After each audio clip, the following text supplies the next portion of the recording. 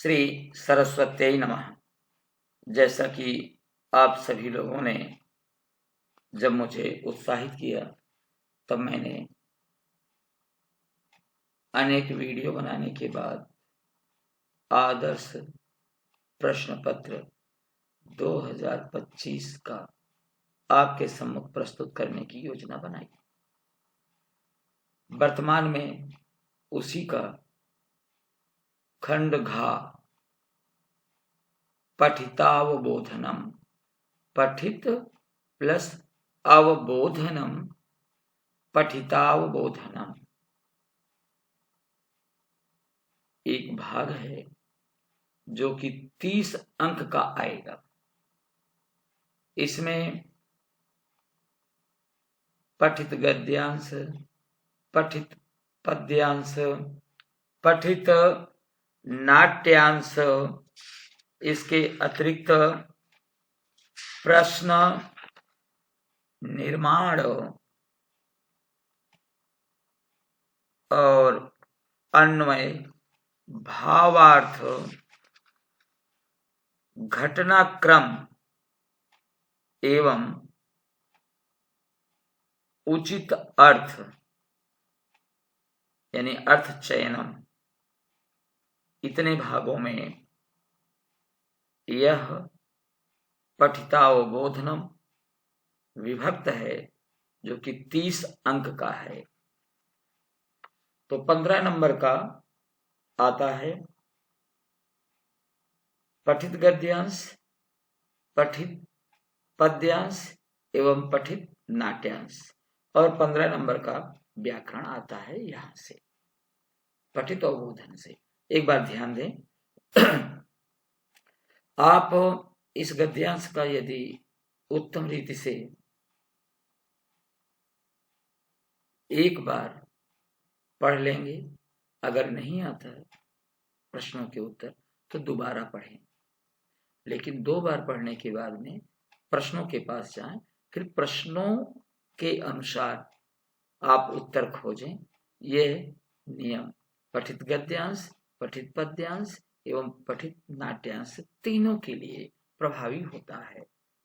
तो एक बार सुने इसे अच्छी तरह से। आदेशं प्राप्य उभौ प्राचलताम तत्रोपेत्य काष्ठपटले निहितं पटाच्छादितं देहं स्कन्धेन वहन्तो न्यायाधिकरणं प्रति प्रस्थितो। आरक्षी सुपुष्टदेह आसीत्, अभियुक्तस्य अतीव कृशकायः, भारवतः शवस्य स्कन्धेन वाहनं तत्कृते दुष्करमासीत्। सा भारवेदनया क्रन्दति स्म। तस्य क्रन्दनं निशम्य मुदितः आरक्षी तमुवाच, रे दुष्ट, तस्मिन् दिने त्वयाहं चोरितायाः मञ्जूषायाः ग्रहणात् वारितः। इदानीं निजकृत्यस्य फलं भुङ्क्ष्व। अस्मिन् चौराभियोगे त्वं वर्षत्रयस्य कारादण्डं लप्स्यसि इति प्रोच्य उच्चैः अहसत्। यथा कथञ्चित् उभौ शवमानीय एकस्मिन् चत्वरे स्थापितवन्तौ। आइए अब हम देखते हैं प्रश्न और उत्तर। अभियुक्तः कया क्रन्दति स्म, तो उत्तर होगा भार वेदनया। एक पदेन उत्तर चल रहा है। इसका खा भाग है अभियुक्तः कीदृशः आसीत्। अभियुक्तः कृशकायः आसीत्, तो केवल कृशकायः उत्तर होगा। कीदृशं देहं वहन्तौ तौ प्रस्थितौ पटाच्छादितम्। अगला आप देखें, इसमें है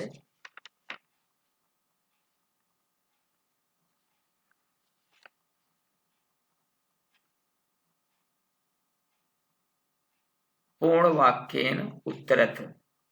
पूर्ण वाक्य में आपको उत्तर देना है। किसमें देना है? पूर्ण वाक्य में आपको उत्तर देना है। जब पूर्ण वाक्य में उत्तर देना है तो इसमें आप देख सकते हैं बड़ी आसानी से। पहला प्रश्न है, मुदितः आरक्षी अभियुक्तम किम उवाच। इसका उत्तर है मुदितः आरक्षी अभियुक्तम उवाच। अब किम उवाच, यहां आप देख लें, यहां पर आपके सम्मुख लिखा है कि रे दुष्ट तस्मिन् दिने त्वयाहं चोरितायाः मंजूषायाः ग्रहणात् वारितः इदानीं निज कृत्यस्य फलं भुंक्ष अस्मिन् चौराभियोगे त्वं वर्षत्रयस्य कारादण्डं लक्ष्यसे इति प्रोच्य उच्चैः अहसत। यहां तक इसका उत्तर होगा।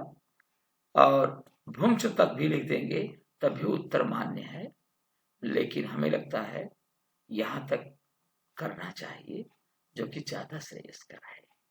ठीक है जी। अगला प्रश्न है, उभौ शवम कुत्र स्थापितवन्तौ। उभौ शवम कुत्र स्थापितवन्तौ। उभौ शवमानीय एकस्मिन् चत्वारे स्थापितवन्तौ।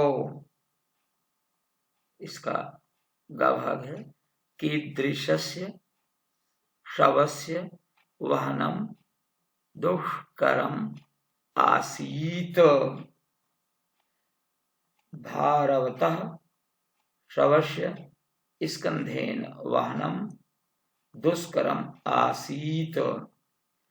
इसका ई भाग निर्देशानुसारम उत्तरत, जो कि भाषिक कार्य भी कर सकते हैं, लेकिन यहाँ पर निर्देशानुसारम उत्तरत है। केवल 2 ही प्रश्न का उत्तर लिखना है, लेकिन मैं तीनों का उत्तर बता दे रहा हूं।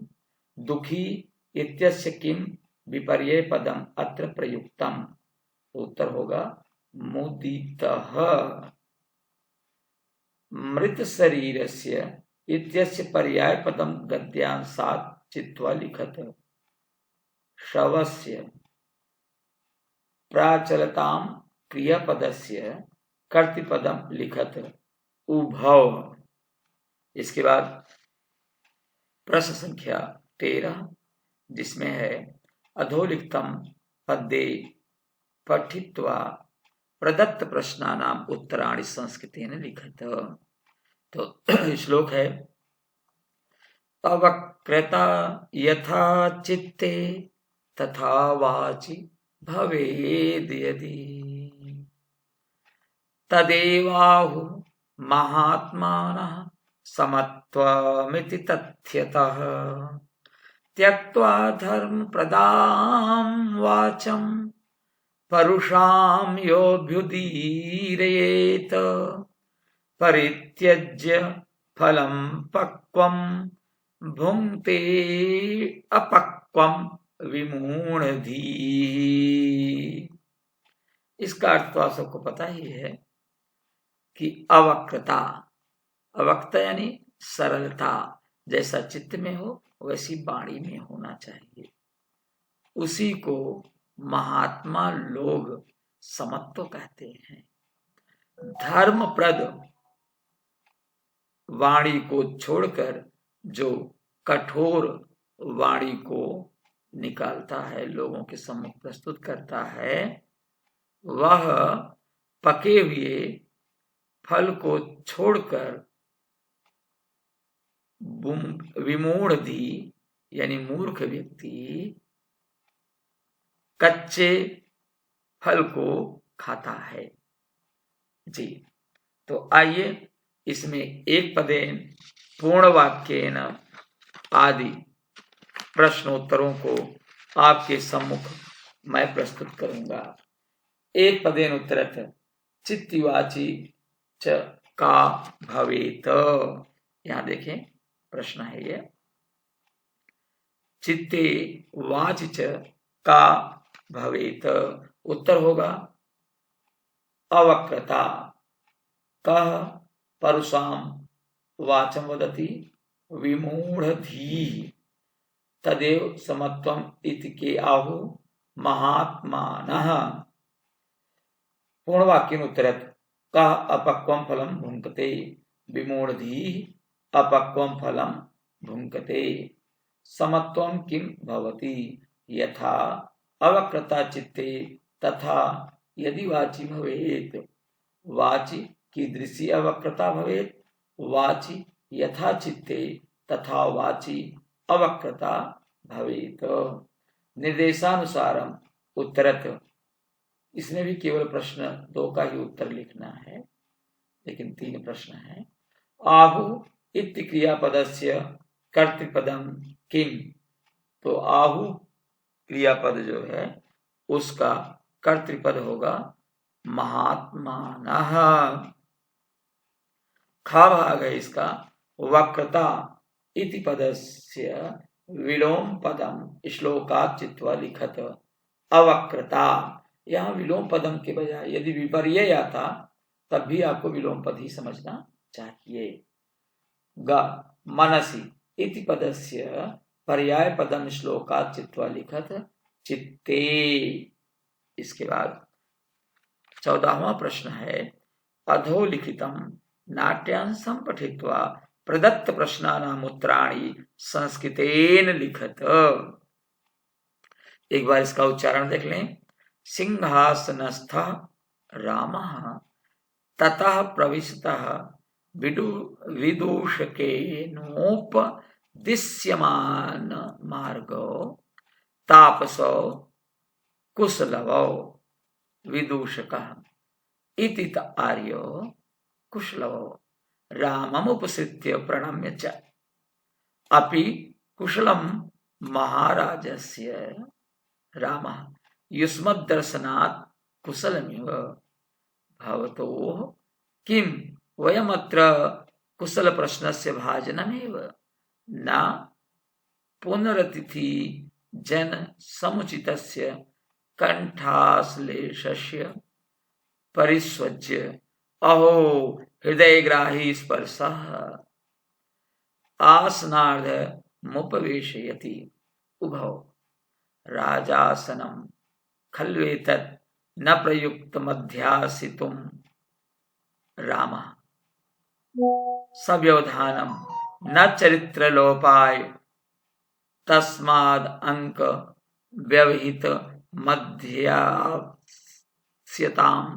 सिंहासनम व्यवहित मध्यास्यतां सिंहासनम अंकमुपवेशयति उभौ अनिच्छां नटयतः राजन् अलमतिदाक्षिण्येन रामः अलमतिशालीनतया भवति शिशुजनो वयोनुरोधात् गुणमातामपि लालनीयमेव व्रजति हिम करोपि बालभावात् पशुपति मस्तक केतकच्छदत्वम् रामः एष भवतो सौन्दर्यावलोकजनितेन कौतूहलेन पृच्छामि क्षत्रियकुल पितामहयोः सूर्यचन्द्रयोः को वा भवतोर्वंशस्य कर्ता। लवः भगवन् सहस्रदीधितिः एक पदेन उत्तरत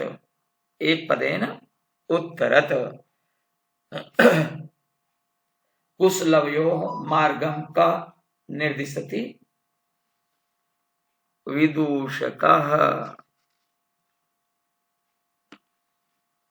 कौ अनिच्छाम नटयतः उभव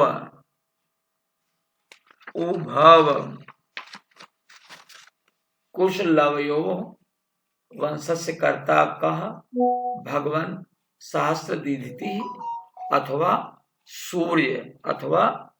सूर्यः पूर्णवाक्येन उत्तरत। इसमें भी 2 ही प्रश्नों के उत्तर लिखने हैं, लेकिन मैं आपको तीनों का बता दे रहा हूं। रामः कथम वंश परिचयम पृच्छति। श्री रामः कथम वंश परिचयम पृच्छति। बहुत ही उत्तम इसका उत्तर है। राम जो है कैसे वंश का परिचय पूछते हैं। तो भगवान श्री राम कैसे पूछते हैं आप सोचिए। तो उत्तर दे है इसका कि एष भवतो सौंदर्यावलोक जनितेन कौतूहलेन पृच्छामि क्षत्रिय कुल पितामहयोः सूर्यचंद्रयोः को वा भवतोर्वंशस्य कर्ता। यह जो प्रश्न पूछा भगवान श्री राम ने। तो अगला प्रश्न है ख भाग का। कुशलवो रामम उपसृत्य प्रणम्य च किम अपृच्छतः। तो कुशलवो रामम उपसृत्य प्रणम्य च अपि कुशलम महाराजस्य। गा भाग इसका है। हिमकरः कस्मात् भावात् पशुपतेः मस्तके व्रजति। इसका उत्तर होगा हिमकरः बाल भावात् पशुपतेः मस्तके व्रजति। इसका ई भाग निर्देशानुसारम उत्तरत का निर्गच्छतः इति पदस्य विपर्ये पदम नाट्यांशात् चित्वा लिखत। तो निर्गच्छतः प्रविशतः ततः प्रविशतः विदूषकेनोपदिश्यमान मार्गो तापसो कुशलवो। अत्र कर्तृपदम किम। तो कर्तृपदम कुशलवो है, तापसो उसका विशेषण है। किसका? कुशलवो का। समीपम गत्वा इत्यस्य पर्याय पदम किम प्रयुक्तम उपसृत्य। समीपम गत्वा उपसृत्य। इसके बाद प्रश्न संख्या 15 है। इसमें लिखा है कि रेखांकित पदानि आधृत्य प्रश्न निर्माणम कुरुत। इसमें केवल 4 प्रश्नों के उत्तर देने हैं, लेकिन मैं आपको 5 यहां पर बता रहा हूं। का हिमकरा बाल भावात पशुपते मस्तके ब्रजति। इसका पूरा उत्तर लिखना पड़ेगा। जहां पर बाल भावात है वहां पर आप कस्मात लिख देंगे। दूसरा है ख भाग गजः वन्य पशून तुदंतम सुंडेन पोथयित्वा मारयति।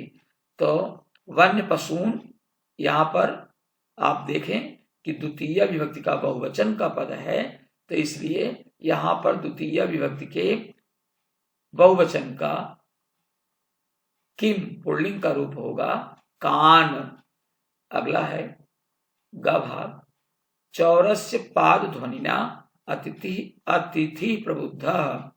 तो यहां पर पाद ध्वनिना केन, क्योंकि पाद ध्वनिना शब्द पुल्लिंग का रूप है। ध्वन्यालोकः, याद होगा ना कि ध्वन्यालोकः शब्द का प्रयोग होता है ध्वनि। तो यहाँ पर ध्वनि शब्द का तृतीया का रूप है। इसका रूप मुनि की तरह चलेगा। मुनि मुनि मुनिया मुनि मुनि मुनि मुनि ना मुनि भ्या मुनि भी। इसी तरह से ध्वनिना बनेगा। तो यहाँ पर तृतीया पुल्लिंग एक वचन का रूप केन का प्रयोग होगा। घा भाग आरक्षी चौर्याभियोगे तम न्यायालयम नीतवान। यहां पर होगा कुत्र। दुर्वाह मत्र जीवितम जातम प्रकृति ही एव शरणम, प्रकृति का होगा का।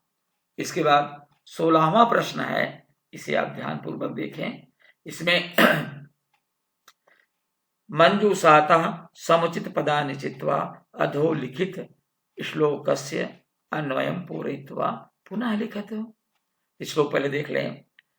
तो यैरल्पैरपि करुणया भीम भानो निदाघे मालाकार व्यरचि भवता यातरोरस्य पुष्टिः सा किं शक्या जनयितुमिह प्राविशेण्येन वाराम् धारा सारानपि विकीर्ता विश्वतो वारिदेन। अन्वय है, इसमें मंजूषा से शब्दों को लेकर लिखना होता है। तो आप इसे देखें कि इसमें मंजूषा में दिया है शब्द भवता भीम भानो जनयितुम प्रावृषेण प्रावृषेण्येन। तो आप देखें इसे किन किन शब्दों को कहाँ कहाँ रखना है। हे मालाकारः भीम भानो निदाघे अल्पई तो यही अपि, दूसरे में होगा भवता करुणया अस्य तरोः या पुष्टि व्यरचि वाराम, तीसरी में होगा प्रावृषेण्येन विश्वतः धारासारान् अपि विकीर्ता वारिदेन इहि जनयितुम, चौथा होगा जनयितुम। पुनः क्रम देख लें आप। भीम भानो भवता प्रावृषेण्येन जनयितुम। इसके बाद इसी का दूसरा भाग है अथवा। अथवा में है भावार्थ आपको लिखना है। दोनों में जो आपको सरल लगेगा वो आप कर दीजिएगा। यहाँ भावार्थ लिखा है, इसे भावार्थ आप समझिएगा। मंजूषायाः साहाय्येन श्लोकस्य भावार्थे रिक्त स्थानानि पूरयित्वा पुनः लिखत। संपत्तौ च विपत्तौ च महतामेकरूपता उदये सविता रक्तो रक्तश्चास्तमये तथा रक्तः प्लस अस्तमये तथा। तो आप इसका भावार्थ में देखें।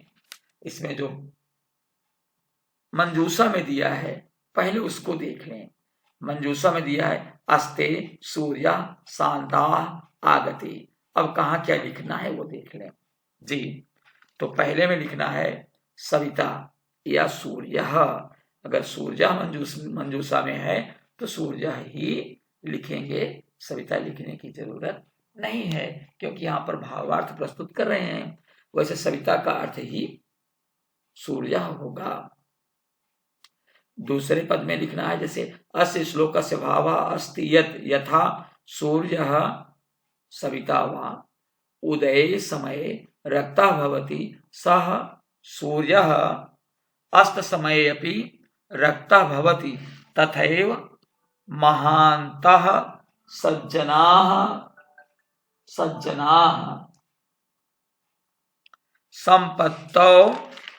संपत्तौ आगते सति अपि शान्ताः भवन्ति एवमेव विपत्तौ आगते अपि ते शान्ताः तिष्ठन्ति विचलिताः न भवन्ति। पुनः एक बार देख लें। प्रथम में सूर्य, द्वितीय में अस्ते, तृतीय में आगते, चतुर्थ में शांताः आपको लिखना है। 17वां प्रश्न है अधोलिखित कथांशम समुचित क्रमेण लिखत, या घटनाक्रम को क्रम से लिखें। किसको? घटनाक्रम को क्रम से लिखें। इसमें 8 भाग है। 8 भागों को बहुत ही आराम से आपको पढ़ना है, भावार्थ समझना है और उसके बाद लिखना है। तो आप इसमें देखें, इसमें है कि व्याघ्रोऽपि सहसा नष्टः गलबद्ध श्रृगालकः जम्बुककृतोत्साहात् व्याघ्रात् कथं मुच्यताम् परम प्रत्युत्पन्नमतिः सा जम्बुक्मा क्षिपन्त्यङ्गुल्या तर्जयन्त्युवाच। तर्जयन्ती उवाच, यहाँ पर इको यण से यण स्वर संधि हुआ है। तीसरा है चौथा घ श्रृगालेन सहितम पुनरायांतम व्याघ्रम दूरात् दृष्ट्वा बुद्धिमती चिंतितवती अतएव उच्यते बुद्धिर्बलवती तन्मे सर्वकार्येषु सर्वदा। यदि एवं तरी माम निजगले बद्ध्वा चल सत्वरम। सह व्याघ्र तथा कृत्वा काननम ययो जा एवं प्रकारेण बुद्धिमती व्याघ्रजात भयात पुनरपि मुक्ता भवत। इसका क्रम बता दें कि एक के साथ च, एक में चा लिखेंगे, दो में छ, तीन में आप लिखेंगे घ, चार में ख, पांच गा क्रम में, छठे क्रम में का, सातवें क्रम में जा और आठवें क्रम में अंगा लिखेंगे। ठीक है, तो इसमें आप लिखेंगे 1 2 3 4 5 6 7 8 क्रम से। उसके बाद उसके सामने जैसे चा लिखे तो चा का पूरा पद यदि एवं तरी माम निज गले बद्ध्वा चल सत्वरम। दूसरा है उसके सामने लिखेंगे छ सा व्याघ्र तथा कृत्वा काननम ययो। इसी तरह से तीसरे क्रम में लिखेंगे तो घा लिखेंगे श्रृगालेन सहितम पुनरायांतम व्याघ्रम दूरात् दृष्ट्वा बुद्धिमती चिंतितवती। इसके बाद में चौथा लिखेंगे खा में होगा जम्बुक कृतोत्साहात् व्याघ्रात् कथम मुच्यताम्। इसके बाद पांचवा लिखेंगे गा, पांचवें क्रम में गा परम प्रत्युत्पन्नमति सा जम्बुक्मा क्षिपन्त्यङ्गुल्या तर्जयन्ती उवाच। इसके बाद में छठे क्रम में लिखेंगे का व्याघ्रोपि सहसा नष्टः गलबद्ध श्रृगालकः। इसके बाद सातवें क्रम में लिखेंगे जा एवं प्रकारेण बुद्धिमती व्याघ्र जात भयात पुनरपि मुक्ता भवत। और आठवें में लिखेंगे अंगा अतएव उच्यते बुद्धिर्बलवती तन्वी सर्व कार्येषु सर्वदा। इसी तरह से घटनाक्रम को लिखेंगे।